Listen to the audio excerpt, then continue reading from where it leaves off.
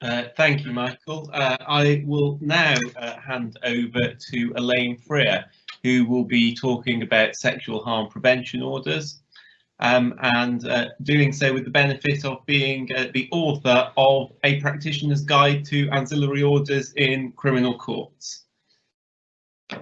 Elaine. Thank you, Andrew. Good afternoon, everybody.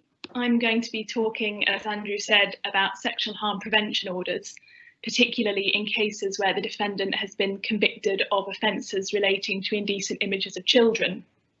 Like the presentations a few weeks ago, it does come with the warning that it isn't suitable for young ears. First slide, please, Andrew.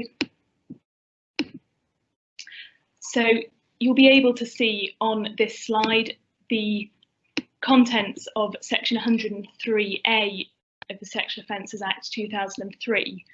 I know that a lot of you will have come across these orders, but for anybody who's less familiar with them, or if, like me, lockdown has caused your brain to evict all of the knowledge that you had prior to about the middle of March, this is the legislation that creates SHPOs. You may be thinking that you've heard of SOPOs, SOPOs as well. They were the predecessor to SHPOs. SHPOs were inserted into the 2003 Act by the Antisocial Behaviour, Crime and Policing Act 2014. The most important distinction between SOPOs and SHPOs is that for a SOPO to be imposed, there had to be a risk of serious sexual harm, whereas, as you can see on the slide, for an SHPO, the question is whether there is a risk of any sexual harm. So the threshold now for an SHPO is lower than it was for a SOPO. So the legislation allows the court to make an SHPO when it's dealing with an offender for an offence listed in Schedule 3 or Schedule 5 to the 2003 Act. They're quite lengthy schedules, and indecent image offences are included in Schedule 3. I've highlighted on the slide perhaps the two most important words, or the three most important words.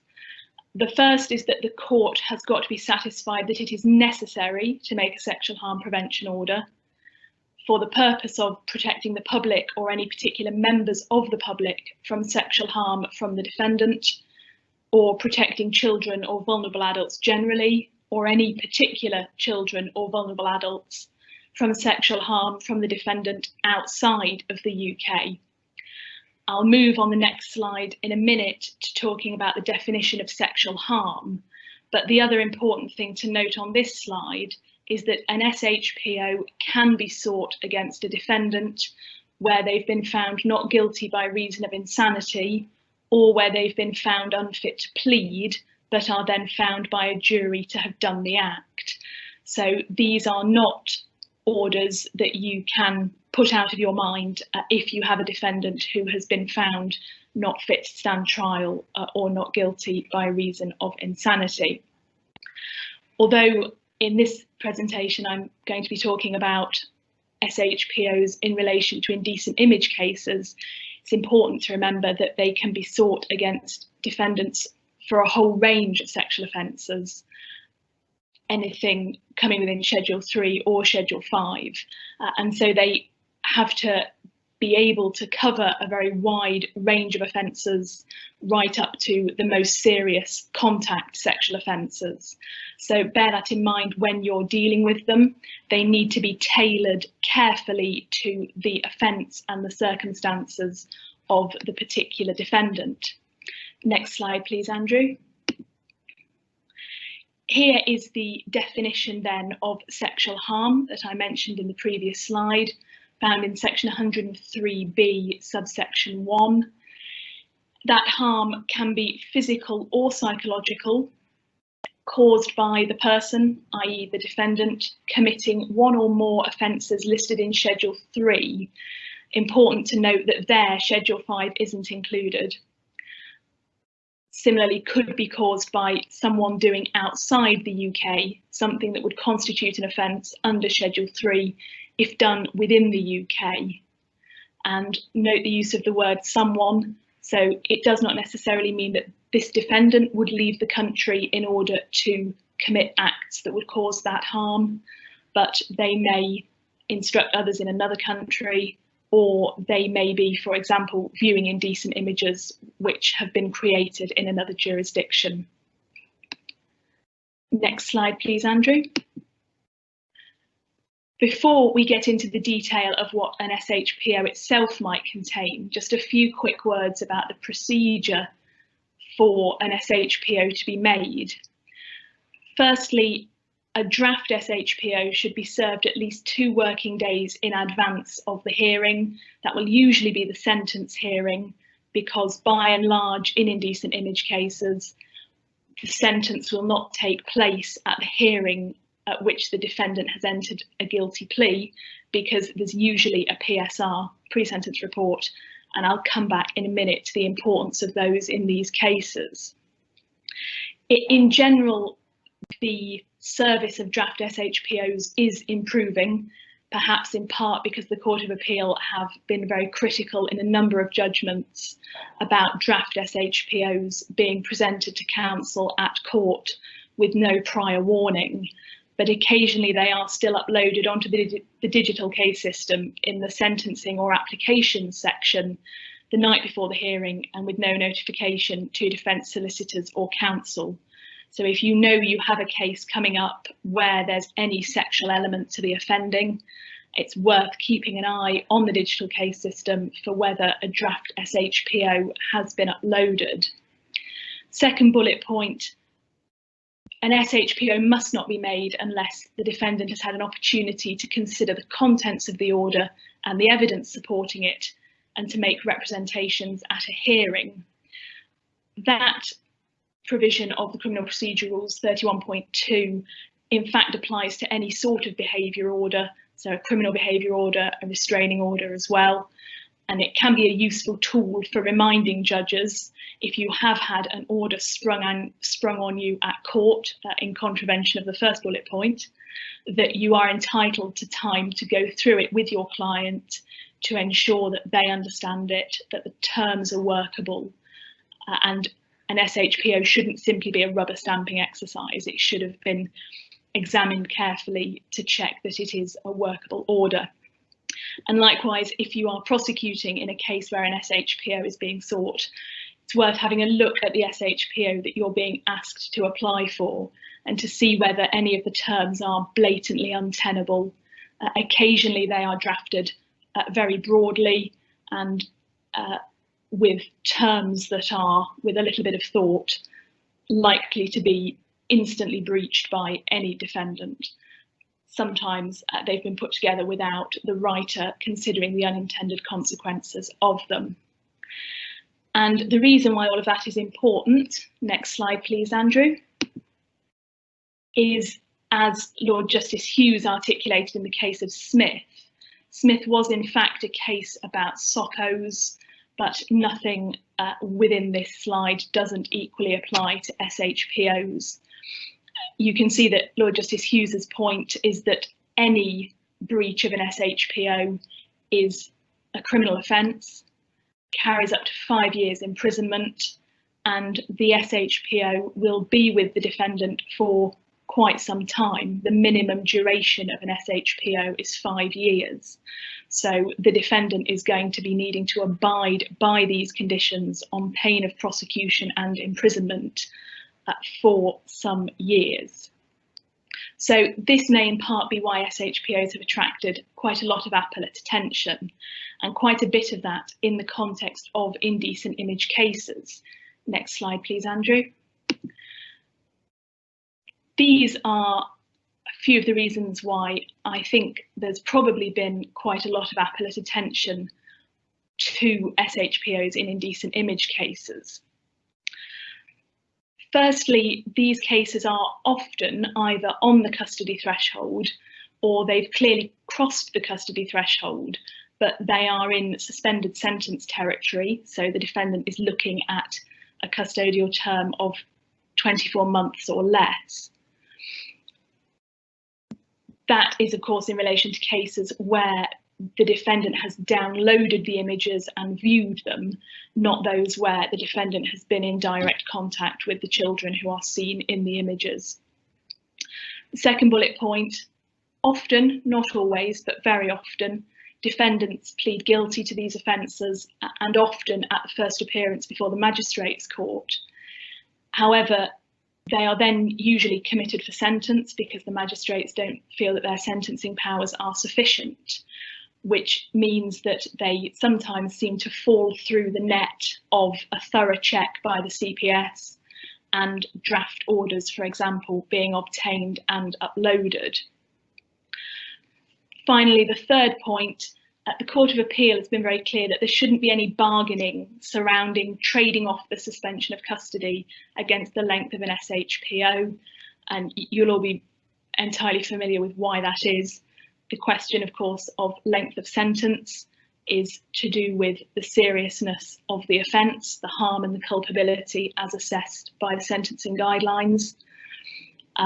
Whether a sentence can be suspended if it's under 2 years will depend on the defendant's personal circumstances, predominantly those factors listed in the sentencing guideline concerning custodial sentences, the decision to suspend and community sentences. And then the test for an SHPO is then entirely separate again, one of necessity, which I'll be coming back to in a minute. So those three aspects, the length of the sentence, whether it's suspended, and the decision in relation to whether to make an SHPO, need to be treated by the court that is dealing with the sentence as 3 steps effectively, and it's important that they don't become conflated. And as Lord Justice Hughes had said in the previous slide, this is important because the defendant will be at risk of imprisonment if there is a breach. Have the next slide, please, Andrew. So the threshold test that has been was suggested by the court in Smith is that's seen on the slide, because the first question that a court needs to ask itself is whether an SHPO should be made at all. There are no cases where an SHPO is mandatory. Section 103A, subsection 1, makes them entirely discretionary, and they must only be made where the order is necessary to protect the public from a risk of sexual harm from the defendant. And the threshold test on the slide came from the case of Smith under the old legislation, but it's been endorsed by the court in the case of NC, which was under the SHPO legislation. So, first question, is the making of an order necessary at all? Quite a good example of a case where the making of an order might not be necessary came from the recent case of Chong in 2019, where the defendant had got a large number of hentai images. Now, I had to look that up on Wikipedia. I did not know what a hentai image was, but it is a subgenre of the Japanese genres of manga and anime.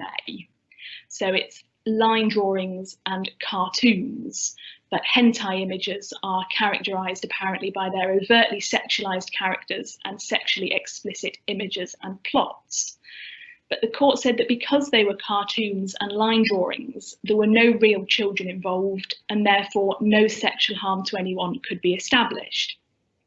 In the event, in that case, the SHPO was upheld, but that was because in addition to the hentai images, the defendant had got one photo that amounted to extreme pornography, which was of a woman having sex with a dog.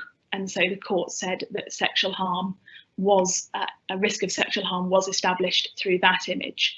But if you have a defendant who has only got cartoons or line drawings, then be aware of that. As I mentioned a little bit earlier, pre-sentence reports are likely to be crucial in helping the judge decide whether the making of an order is necessary, and if they decide that it is, what should the terms be.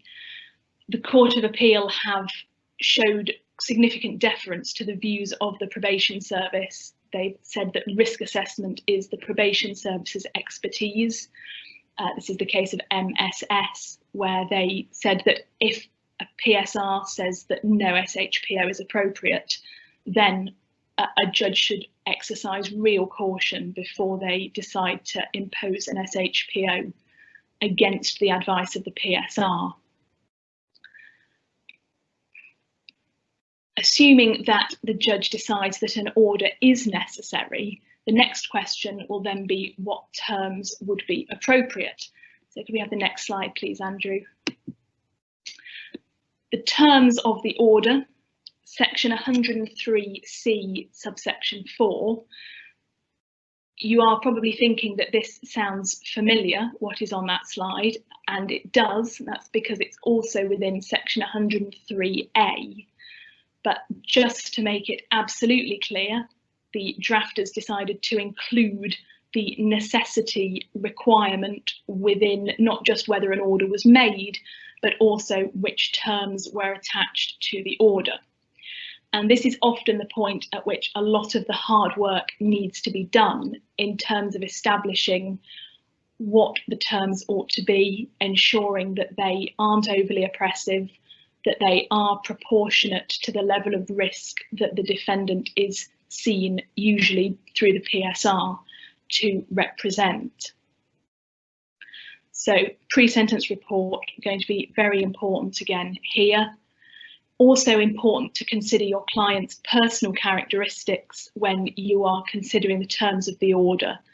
For example, the Court of Appeal have said in the context of antisocial behaviour orders that if the defendant has a mental illness to such an extent that they can't understand the order, then no order should be made.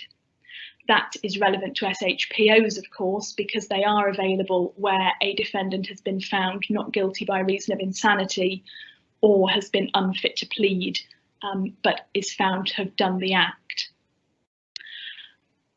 However, the court in Crown on the application of Cook against the DPP said that where mental illness or impairment simply made it harder for the defendant to comply with the order, that wouldn't be a reason not to make it at all. So there's a distinction there between a defendant who cannot understand the order at all and a defendant who, as a result of their personal characteristics, may find it harder to comply with the order. And the court said that where you had a defendant who might find it harder to comply with the order due to mental illness or impairment, extra care must be taken to ensure that the order was clearly drafted using simple language and that it is written in a way that the defendant can be expected to be able to understand it with the assistance of anybody who is responsible for their care. And an example of that is the case of Pashley, where the defendant had the mental functioning of a 9-year-old, and the Court of Appeal didn't quash the SHPO. They said that it was appropriate for an SHPO to be made, but they made significant changes to the wording of it in order to make it as understandable as possible to the defendant in conjunction with those who were responsible for his care. Next slide, please, Andrew.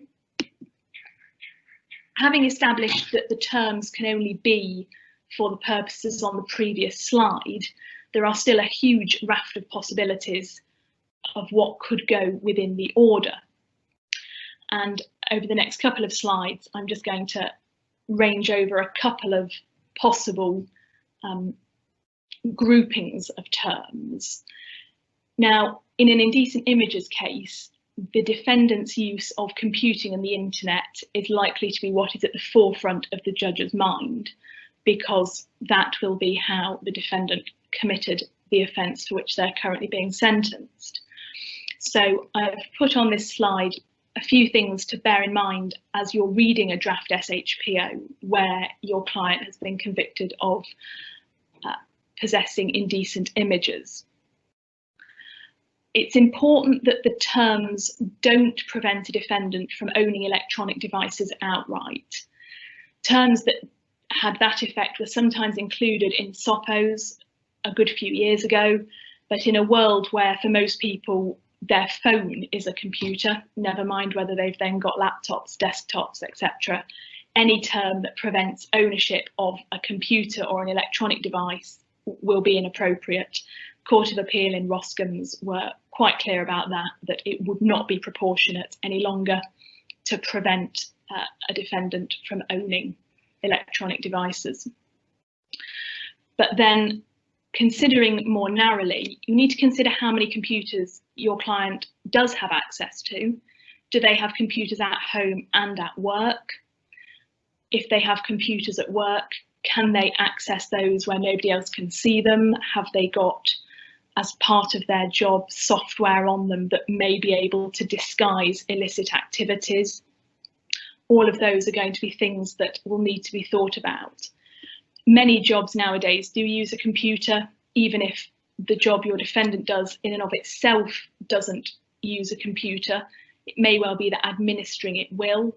So, for example, if your client is a plumber, they probably don't use a computer to unblock people's drains or fix their boiler, but they probably do use a computer for doing their tax returns, keeping track of orders, and those sorts of things. So you'll need to consider what use it is that your client puts computers to in their day-to-day life.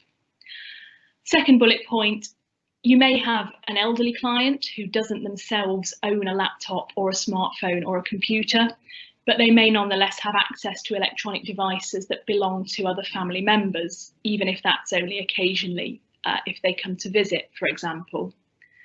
The third bullet point is what I referred to earlier. What computer access does the defendant have and need for their work? There'll need to be a balance struck between ensuring that they can't find a way around the terms of the order to use their work computer for offending, whilst also not putting such restrictions on their use of that computer that they can't do their job.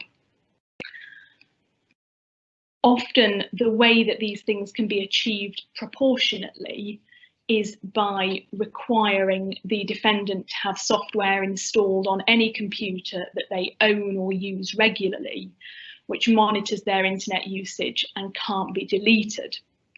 And the Court of Appeal in a case called Parsons had to grapple at quite some length with an SHPO that had got very detailed prohibitions surrounding the use of electronic devices and the internet. And they pointed out that having a term that requires the police to put software onto the defendant's computer is nowadays going to be unsatisfactory, because the police are so busy that in the time between the order being made and the police managing to go to the defendant's address and install that software, the defendant would be in breach of the SHPO if they used the computer at all, even if they just turned it on, didn't connect to the internet and played a game of solitaire. So the court in Parsons suggested that a more appropriate term, which didn't put the defendant at risk of breach in that way, would be that any electronic devices the defendant used must retain an internet history, and that the defendant be prohibited from deleting that history. Furthermore, that the defendant should produce the device to a police officer or police employee on request, and if that request was made, the defendant must allow any police officer or employee to install risk management software if they were asked. So in other words, no requirement that it was installed, but a requirement that they let it be installed if that request was made. The fourth bullet point, cloud storage. Lots of us use cloud storage now. And so the court in Parsons said any prohibition on the use of cloud storage at all would be inappropriate, and instead it would be better to have a term that forbade the defendant from installing a cloud storage facility without notifying the police or their offender manager, and a requirement that that cloud storage be apparent from the device itself. So in other words, if the defendant has a OneDrive account, that when you open up the laptop, there's a link to OneDrive on the desktop, so it can clearly be seen that they are using that remote storage facility, and it can be checked by the police or the offender manager as appropriate. Final bullet point, encryption. Again, the court in Parsons said an outright prohibition on a defendant owning encrypted items would no longer be tenable, because lots of electronic devices are now sold encrypted anyway. If your defendant has an unusual job or a job in a high security environment, then it will be worth considering whether they have a legitimate reason for having a particularly highly encrypted electronic device, which may put them in breach depending on how the term is worded. So that's just a 5 bullet point selection of things, but the key message is make sure that you look at the terms really closely and that you think about the unintended consequences they may have, as well as the ones that are actually intended for the purpose of the SHPO to protect from sexual harm. Next slide, please, Andrew. Non-contact conditions within SHPOs. Where the SHPO is being made in a case where the defendant has been convicted of possession of indecent images, it often won't be necessary to have any conditions regarding contact unless there is something in the pre-sentence report that suggests that the defendant is likely to progress to contact offences and that they are therefore a risk to children in person.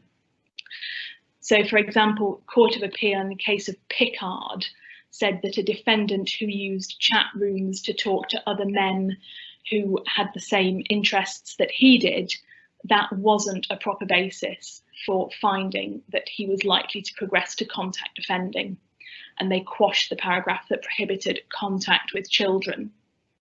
So most likely that a non-contact condition won't be appropriate.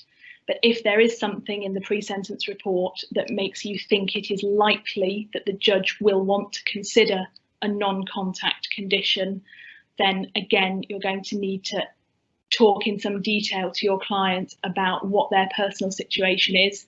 Obviously, the first question will be whether they have any children of their own, but then you'll need to think outside of the nuclear family box. Does the defendant have a partner who has children from a previous relationship who sometimes come to stay? Does the defendant rent a room in a house where other occupants have children? Do they have grandchildren or stepchildren who come to stay where they live? You need to bear all those things in mind. And often the most appropriate term where the court does want to impose a non-contact condition would be no unsupervised contact with children unless their parents or carers know of the defendant's conviction. But in general, a non-contact condition should only be imposed where there are real grounds for thinking that the defendant is going to progress to contact offending and is a risk to children in person. It's not enough that it's speculative or that, as the court described it, a safety first approach was being taken. Could I have the final slide, please, Andrew? So coming to perhaps the final consideration then when you're faced with an SHPO, how long should the order run for? Section 103C subsection 2, the minimum period is 5 years, the maximum order is indefinite until further order.